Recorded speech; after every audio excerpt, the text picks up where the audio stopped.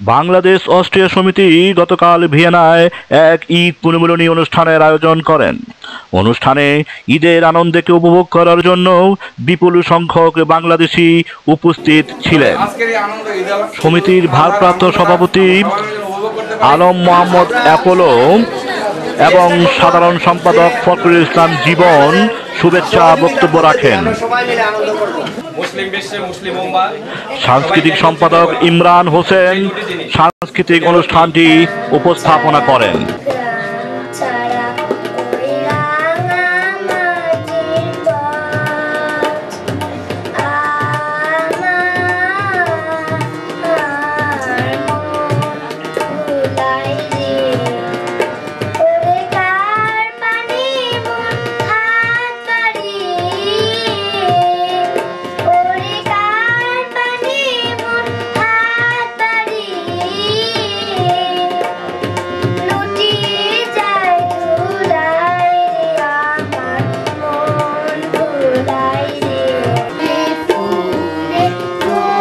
ভিয়েনার শিশু কিশোর সহ স্থানীয় সঙ্গীত শিল্পীরা সঙ্গীতানুষ্ঠানে অংশ নেন।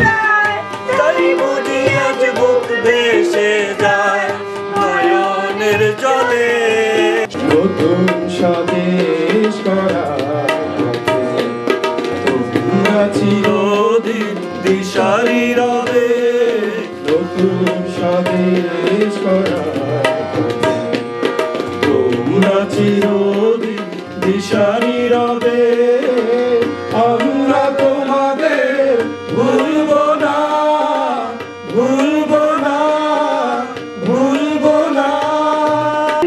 পেয়েরা বলা ঘাটালে জ্বালা বাজায় কালা বাঁশের বাঁশি বাজায় কালা বাঁশের বাঁশি।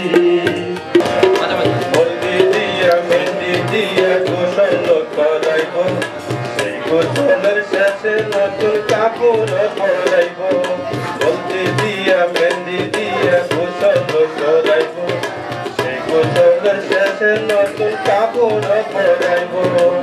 কাপড় পরাইয়া আতর লাগাইব, আতর লাগাইয়া সঙ্গে বাজাবো, সানাইয়ের তালে তালে নাচ দেখাবো। বন্ধু তোর ভারত নিয়া আমি যাবো, বন্ধু তোর ভারত নিয়া আমি যাবো। অনেক তোমায় ভালোবেসেছি, নাম রেখেছি বলো দেখেছি।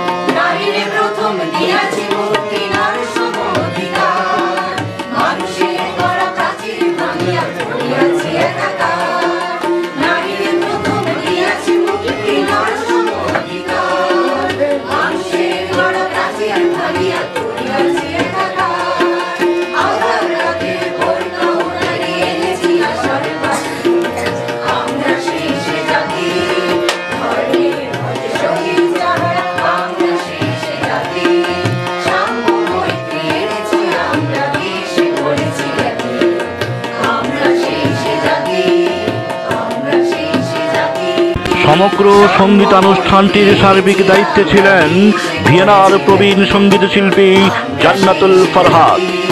Ahmed Firoz, Bangla TV, Vienna, Austria.